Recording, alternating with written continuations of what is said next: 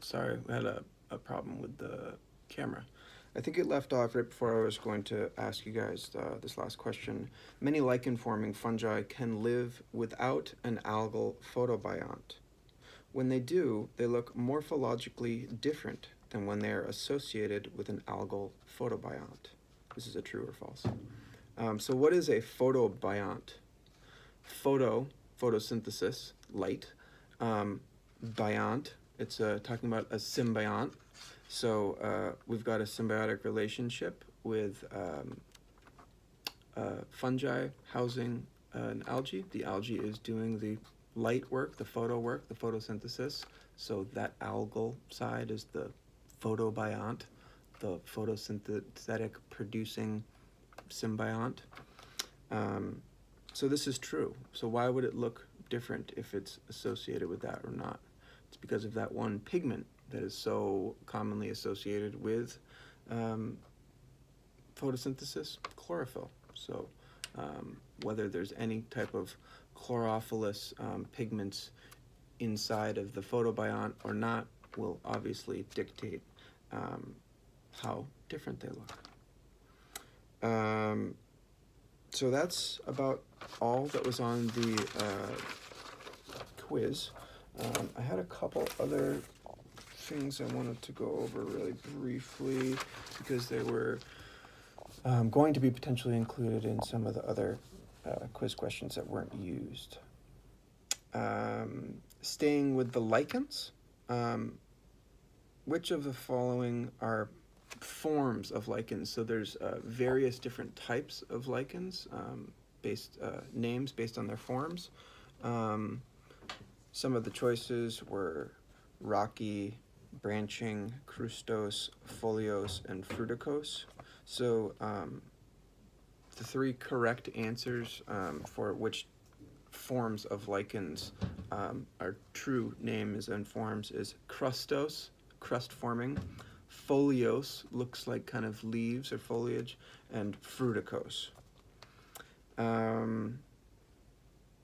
A fish pond question. What are the base of the fish pond food web? Anybody? Phytoplankton. Good. Going back to what we were just talking about with the chlorophyll in the photobiont and its importance in terms of the symbiont as a whole, as well as how it affects the morphology. Lichens are a symbiotic relationship between fungi and algae. The two most common types of algae in this relationship are, and they are chlorophyta and cyanophyta.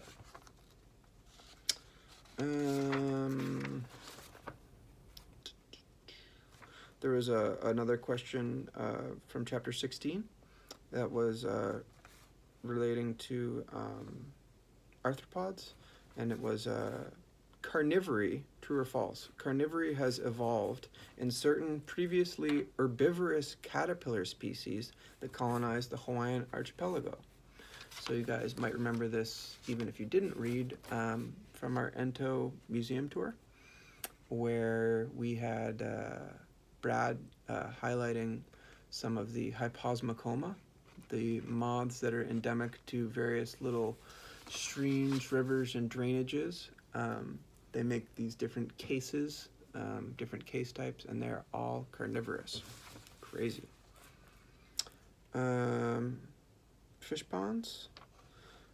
True or false? Traditional lo'i and loko'ia are coupled systems. That is true. True or false? The symbiosis between the two organisms which form a lichen, fungi and algae, causes them to form structures that either organism could not create individually. True. True or false? Bright colors seen in many lichens are derived from chemicals produced by the algae. That is not true.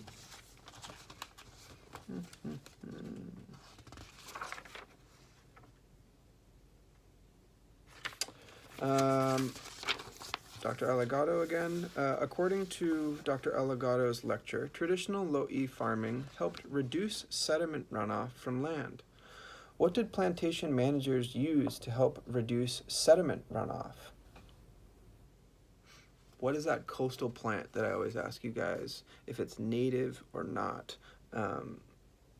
And I tell you that this one isn't native, but Naupaka is a somewhat similar role ecologically that is an indigenous coastal plant. So it's mangroves, right? So they planted these mangroves, which are now a nightmare, all over to try and help reduce that sediment runoff. What happens to the microbial communities? We did that one after big events.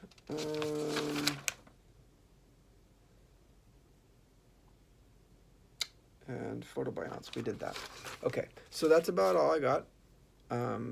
Sure you guys are sick of looking at me and listening to me by now.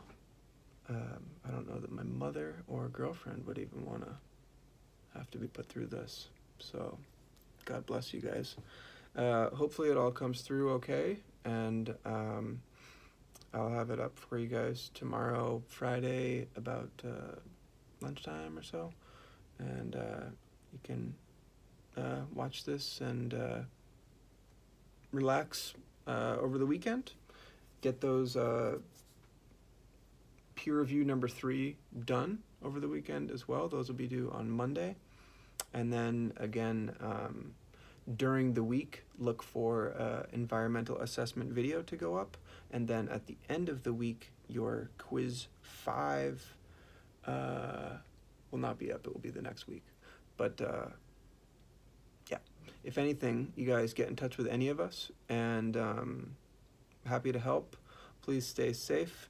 Even if you think that you would be fine if you got infected, which you very well may be, you could unknowingly pass it to someone who is immunocompromised or elderly. So best to stay home, stay safe. Everybody take care, and stay in touch. Good luck with everything.